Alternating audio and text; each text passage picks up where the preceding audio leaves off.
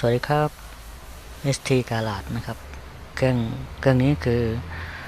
4JK1 นะครับทำการโอเวอร์ฮอลนะครับก็เปลี่ยนทุกอย่างครับก็คือพวกแหวนนกสูงอะไรพวกนี้ครับเปลี่ยนโปรแกรมครับฝากร้านด้วยนะครับงานก็จะออกมาประมาณนี้ครับ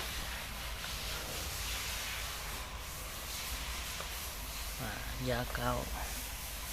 ดูรอยกาววับทาก็เนียนๆครับ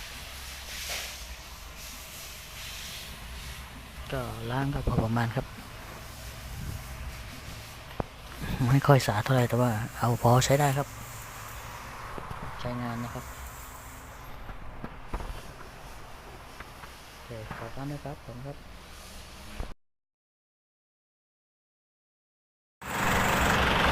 รันเอ็นครับ CJK1 2005 Turbo เครื่องของมันเร็วอันนี้ฟิตเครื่องไปนะครับเพิ่งได้วางเครื่องลงเมื่อวันก่อนครับแล้วก็ได้รันเอ็นวันนี้ครับนานๆทีครับอันนี้ไปเรื่อยๆเอาพอใช้ได้ครับผมไม่ได้โมอะไรนะครับเดิมๆครับ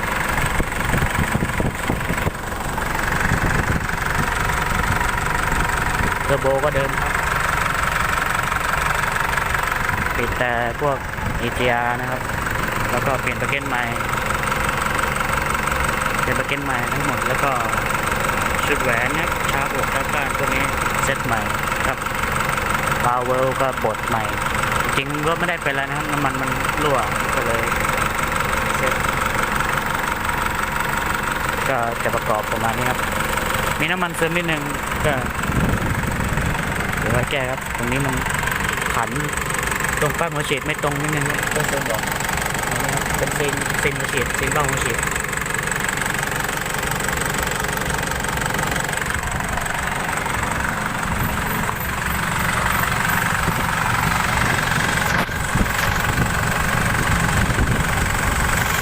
แห้งๆครับคราวที่แล้วก่อนที่จะทำรั่วเยอะมากครับล้างออก